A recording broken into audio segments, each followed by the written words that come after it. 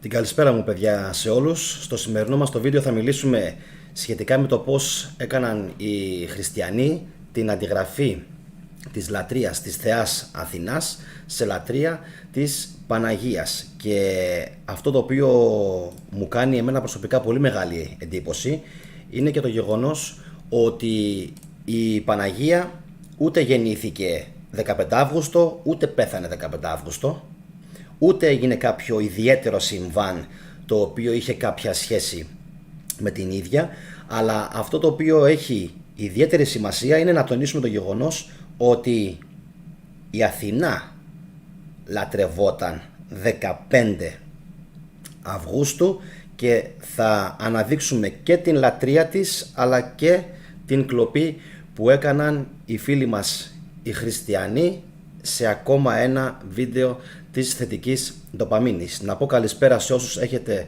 συνδεθεί για να δείτε το live και όσοι είστε πρώτη φορά στο κανάλι να κάνετε εγγραφή και να χτυπήσετε φυσικά το κουδουνάκι για να σας έρχονται οι ειδοποιήσεις. Πάμε λοιπόν να δούμε τι ακριβώς παίζει με την Παναγία. Θα δούμε και δύο άρθρα, διότι για την Παναγία ουσιαστικά δεν ξέρουμε παιδιά τίποτα απολύτως. Δεν ξέρω αν το έχετε καταλάβει.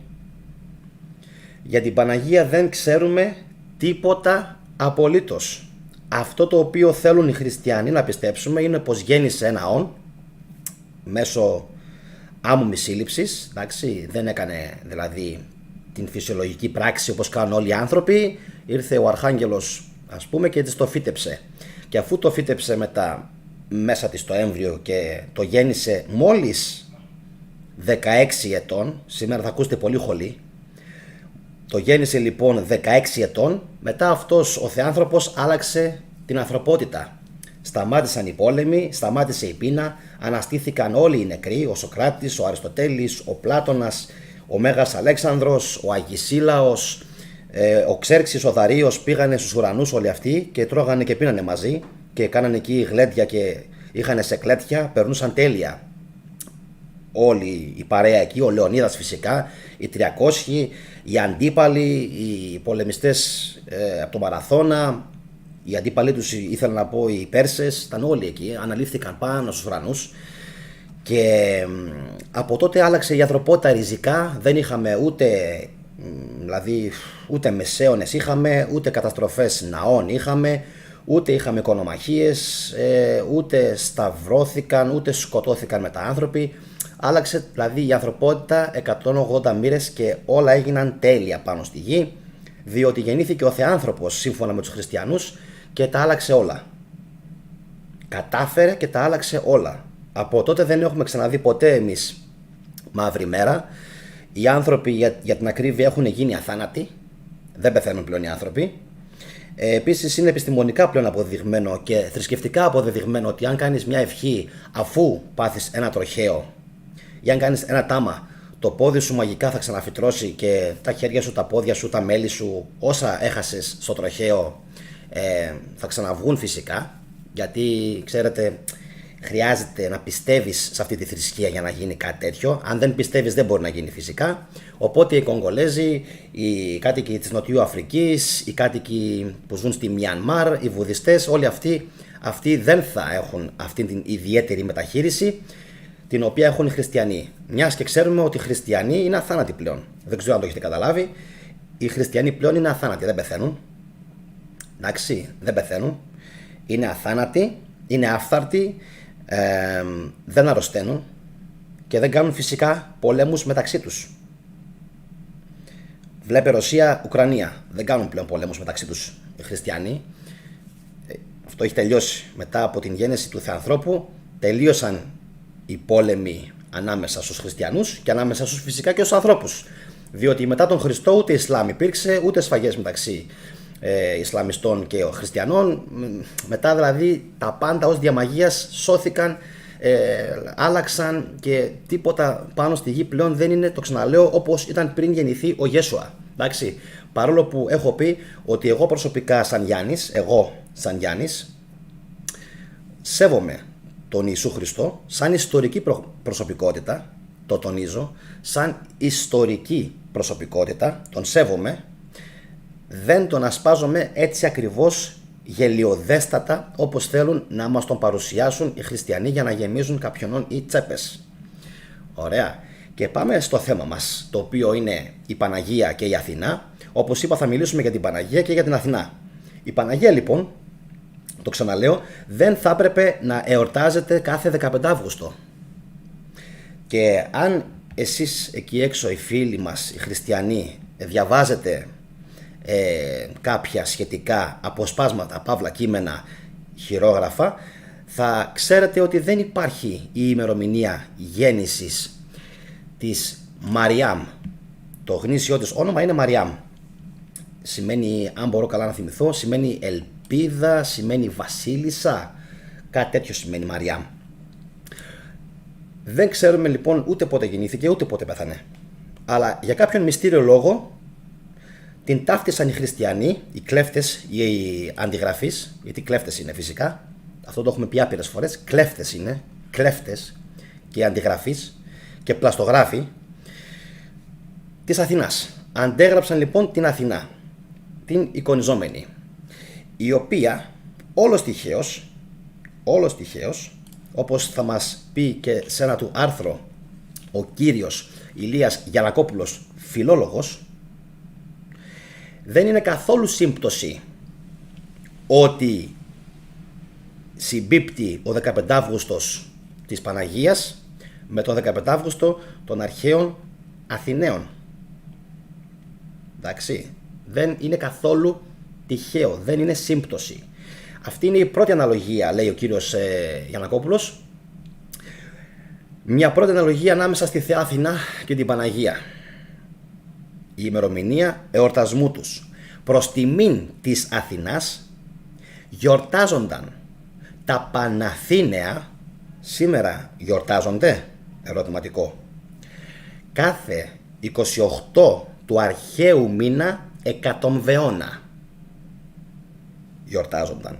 Μέσα Ιουλίου, μέσα Αυγούστου, σημερινή δηλαδή ημερομηνία, και ο εορτασμός της Παναγίας συμπίπτει επίσης 15 Αύγουστο, για να σας πέσουν τα μαλλιά της κεφαλής σας. Απίστευτη σύμπτωση. Δεύτερη σύμπτωση, την οποία φρόντισαν πάρα πολύ καλά να κάνουν οι πλαστογράφοι χριστιανοί, ήταν τα πολλά ονόματα που έχει η Αθηνά, από διάφορους ύμνους φυσικά που έχουν διασωθεί: Πρόμαχος, Παρθένος, Λιμνία, Παρθένος. Παρθένος. Πρόμαχος, τι υπερμάχος στρατηγό, ποια είναι η αληθινή υπέρμαχος στρατηγός, άλλη μια φορά για να πονέσει. Ποια είναι η αληθινή υπέρμαχος στρατηγός, η Μαριάμ, πολέμησε πουθενά, είχε πανοπλία, πολεμούσε, έπαιρνε μέρος σε μάχες και δεν το ξέρουμε. Ακόμα και σε πνευματικές μάχες, αν θέλουμε να το ρίξουμε, πάλι δεν πήρε μέρος. Εντάξει. Μία ήταν η πρόμαχος και η υπέρμαχος και αυτή ήταν η Αθηνά. Σκεπτομένη, Παλάδα, Γλαυκόπης, Αγοραία, Αλεξίκακος, Εργάνη, Πολύβουλος. Για την δε Παναγία, όσο και να σας φαίνεται παράξενο, υπάρχουν πάνω από 500 επίθετα. Πάνω από 300 και κάποιοι λένε μέχρι και πάνω από 500, ανάλογα τον τόπο, μέχρι και ανάλογα αυτόν που την ζωγραφίζει, τι υλικό έχει χρησιμοποιήσει, τι τέχνη χρησιμοποίησε. Γλυκοφιλούσα, Θεομήτωρ, φυσικά Παναγία Σουμελά, η οποία είναι και του Πόντου, Λιμνιά, Ελεούσα, Βρεφοκρατούσα, Βασταϊμορό, Θεοτόκος, Φιδούσα, Θαλασσομαχούσα, Αϊμακάριστος, Αθηνιώτισσα, Ζωοδόχος, Αγνή, Ακροτηριανή, θα τα πω μια μέρα, Αληθινή, θα τα πω και τα 500 μια μέρα, έτσι πιο πολύ για να μου φύγει. Ελεοβρίτισσα, έχει κι άλλα, Ελεούσα, Ελπιδοφόρα, Επακούσα και ούτω καθεξής. Αυτά είναι τα 500, υπάρχει δηλαδή, θα μπείτε στο διαδίκτυο και θα το βρείτε, 500 επίθετα. Ο λόγος για τον οποίο έχει γίνει είναι ξεκάθαρος. Γεια σου Στέση και γεια σου Ιωάννα Πόγκα. Ο λόγος για τον οποίο έχει γίνει είναι, πιστεύω, πασιφανέστατος και δεν είναι άλλος από το γεγονός της απόκρυψης της αληθινής λατρείας εκείνης της εποχής, της θεάς Αθηνάς, της οποίας η λατρεία αντικαταστάθηκε επί Ιουστινιανού. Ωραία. Επί Ιουστινιανού, το τονίζω ξανά, αντικαταστάθηκε η λατρεία της θεάς Αθηνάς. Και έρχομαι σε ένα πάρα πολύ ωραίο άρθρο, το οποίο το έχει ανεβάσει η Ιώνα Γνώστου. Αυτές τις μέρες κοινοποιήθηκε στο Facebook πάρα πολύ και εγώ το κοινοποίησα και ήθελα έτσι λίγο να το αναδείξουμε. Η Αθηνά, η αϊπάρθενος, η συνετή, η κόσμια, η καλόβουλη, η μιλίχια, η πολυεύσπλαχνη, προστατεύει τους Αθηναίους και ναός της είναι ο Παρθενώνας. Ο ναός της είναι ο Παρθενώνας, ο οποίος Παρθενώνας μετά αλλάζει όνομα και γίνεται της Αϊπαρθένου Θεοτόκου. Ο Παρθενώνας γίνεται της Αϊπαρθένου Θεοτόκου. Εντάξει, για να δείτε πόσο εύκολα μπόρεσαν και επικράτησαν και αντέγραψαν, όπως λέει και ο Νικβίλ. Γεια σου Νικβίλ. Αντέγραψαν δηλαδή και την αρχαία ελληνική γραμματεία, εκεί που τους συνέφερε, αλλά και οτιδήποτε είχε σχέση και με την αρχαία Ελλάδα και με τις λατρείες φυσικά. Να ξέρετε επίσης ότι οι Έλληνες λάτρευαν τοπικά διαφορετικές θεότητες. Τοπικά. Ο 15 Αύγουστος ήταν η γιορτή της Μαρμέρας ή Μαρμαριγής. Να ξέρετε, όπου βλέπετε το πρόθεμα Μαρ, εξού και Μαρία ίσως, αλλά και Μάρμαρον, το πρόθεμα Μαρ σημαίνει αυτό που λάμπει. Αυτό που λάμπει ή αυτό που φέγγει, εξού και Μάρμαρο. Μαρμέρα ή Μαρμαριγή σημαίνει το φως των άστρων που τρεμοσβήνει, το οποίο ήταν προφανώς το άστρο του Σύριου. Αλλιώς η Μαρμέρα λέγεται ημέρα, γράφει Ιω. Είναι η μέρα που το φως από τον Σύριο φώτιζε το πρόσωπο του αγάλματος της θεάς Αθηνάς στον Παρθενώνα. Ο Σύριος είναι το ζωοποιό άστρο της γης, αφιερωμένο στον Λακεδαίμον 21, ο οποίος το ζήτησε αυτό το βίντεο. Είναι το άστρο που έχει την απόλυτη ευθύνη για την πορεία της ζωής στον πλανήτη μας και ο ιεροφάντης των ελληνικών μυστηρίων ήταν γνώστης της δραστηριότητας των αρίων κατοίκων του αστερισμού του Συρίου. Αυτοί έφεραν την ζωή στην Γαία. Το άστρο του Σύριου, σύμφωνα με την αρχαία ελληνική παράδοση, ήταν το άστρο της δημιουργίας της ζωής στη γη και το τιμούσαν σε όλη την Ελλάδα με ιερά αφιερωμένα στον Κίνα, και όχι Κίνα με γιώτα, με ύψιλον, και τον Κιναίο Δία, διότι ο Σύριος ανήκει στον αστερισμό του Κοινός. Και ο Σοκράτης έλεγε «μα τον Κίνα» όταν ορκιζόταν, και κάποιοι άσχετοι βέβηλοι λένε ότι ορκιζόταν σε σκύλο. Κάτι που δεν ισχύει. Ωραία. Κάτι που δεν ισχύει. Ένας μύστης σαν τον Σοκράτη μόνο σε κάτι ανώτερο θα μπορούσε να ορκιστεί. Τη υπερμάχο στρατηγό μου, γράφει η Στέισι, αντιγραφή του ορφικού ύμνου της Αθηνάς.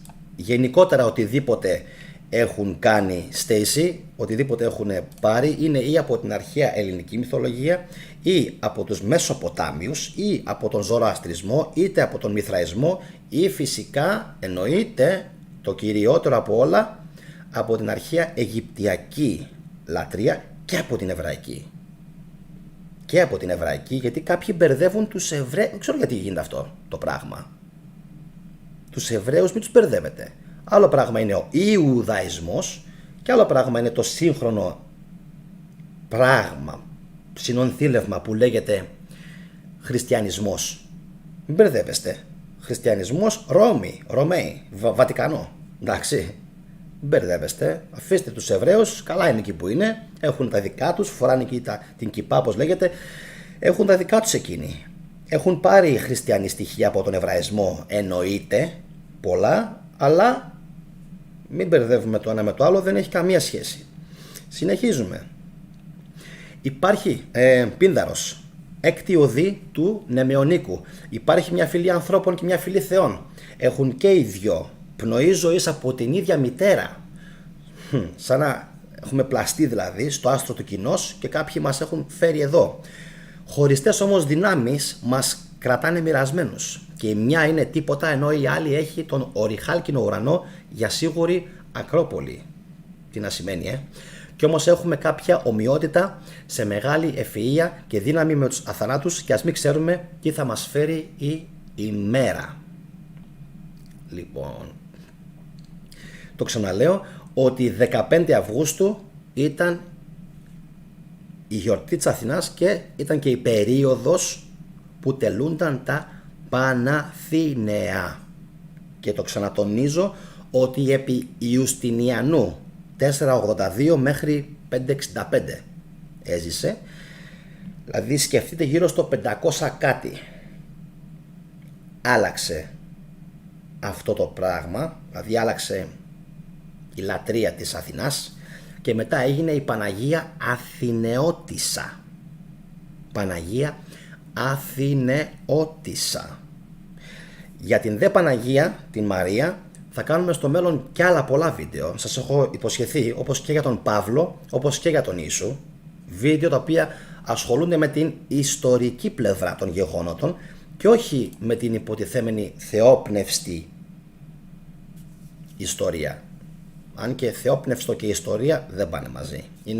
Το ένα είναι υποτίθεται θεόπνευστη θεολογία και το άλλο είναι ανθρωπόπνευστη ιστορία.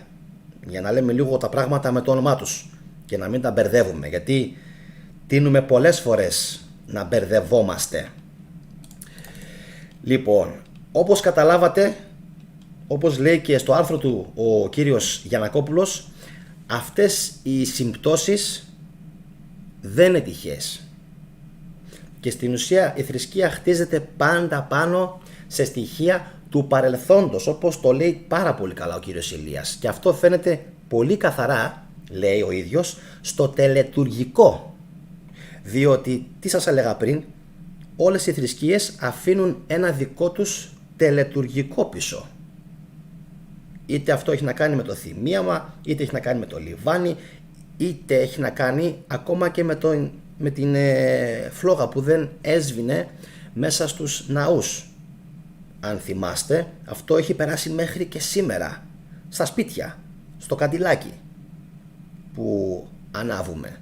Φαντάζομαι όλοι σας στο σπίτι έχετε το εικονοστάσιο σας, οι περισσότεροι δηλαδή, τι να πω, το 80-90% πόσο. Και εκεί ακριβώς είναι που ανάβουμε το άσβεστον πυρ. Γεια σου Τζιμ Λάμπρο. Αυτά παιδιά είχα προς το παρόν να σας πω, τουλάχιστον για το συγκεκριμένο. Ελπίζω το βίντεο να σας άρεσε, να σας άνοιξε τα μάτια και να καταλάβατε ότι δεν υπήρξε η Παναγία σε κάποια συσχέτιση με το 15 Αύγουστο, διότι όταν εκοιμήθη, dogma.gr, για το μνήμα της θα αναφερθώ, τοποθέτησαν, λέει, τη Μαρία στο μνήμα της στη Γεστημανή. Όπως όμως ξέρετε, το μνήμα της Παναγίας, δηλαδή αν το καταλαβαίνει αυτό λίγο ο νους σας, δεν έχει βρεθεί ποτέ. Δεν έχει βρεθεί ποτέ. Κάτι συσχετίζεται τώρα εκεί με τον Απόστολο Θωμά, ότι ήταν ο μοναδικός που δεν ήταν παρόν στο συμβάν, και η παράδοση λέει πως όταν η Νεφέλη, το σύννεφο δηλαδή, μετέφερε τον Θωμά στην Γεστημανή, συνάντησε τη Θεοτόκο τη στιγμή της ανόδου της στον ουρανό. Για να καταλάβετε σε τι πιστεύουν αυτοί οι άνθρωποι.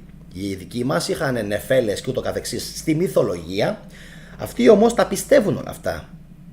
Εντάξει, ότι μια νεφέλη, ένα σύννεφο δηλαδή, κάνε το λίγο εικόνα, ότι ένα σύννεφο την μετέφερε στον ουρανό. Μετά βέβαια από τον ουρανό ξέρουμε όλοι πλέον ότι υπάρχει το διάστημα. Ωραία. Υπάρχει το διάστημα. Αφού λοιπόν έγινε η ανάληψή της στον ουρανό, μετά τα τεινά είναι δύο. Ή εξαφανίστηκε κάποια στιγμή στην στρατόσφαιρα και είπε ο Θεός ότι φτάνει, δεν θα μπορέσει να αναπνεύσει στο διάστημα, ή της φόρεσε μια στολή, την πήγε στο διάστημα και μετά την πήγε στο Σύριο, την Παναγία, για να τη σώσει. Εντάξει, της φόρεσε μια στολή δηλαδή αστροναύτη, την έβαλε σε ένα εξωγήινο σκάφος και τη μετέφερε στο Σύριο για να τη σώσει. Ή ξέρω εγώ, την πήγε πού θέλετε, στις Πλιάδες, πού, Ανδρομέδα, έψιλον του Βοώτη, πού θέλετε να την πήγε την Μαριάμ, όπου και αν την πήγε. Λοιπόν, γιατί η ανάληψη στους ουρανούς δεν τελειώνει εκεί. Κάποτε τελείωνε. Κάποτε που δεν ξέραμε τα όρια της γης, λέγαμε τελειώνει εκεί. Τελείωσε. Πήγε στον ουρανό, γεια σας. Έφυγε, αρκεί να φύγει από το οπτικό μας πεδίο.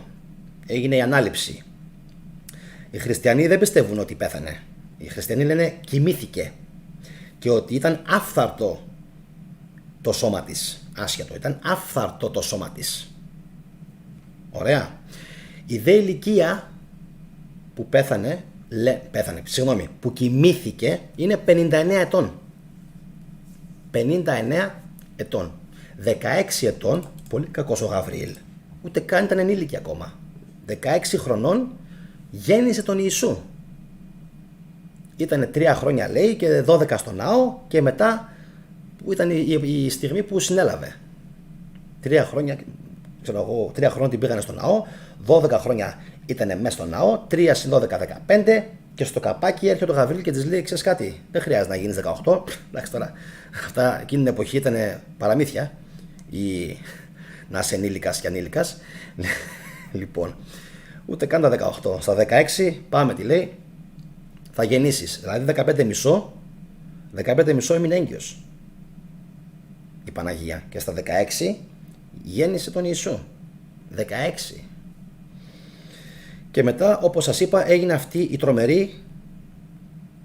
τρομερή ανάληψη στον ουρανό. Για να καταλάβετε τι ακριβώς πιστεύουν αυτοί οι άνθρωποι. Το ξαναλέω, ότι εκείνη την εποχή δεν μπορούσες να ξέρεις που τελειώνει ο θόλος. Γιατί πιστεύανε σε ένα θόλο, ξέρω εγώ, στο στερέωμα της γης, ότι είναι επίπεδη η γη.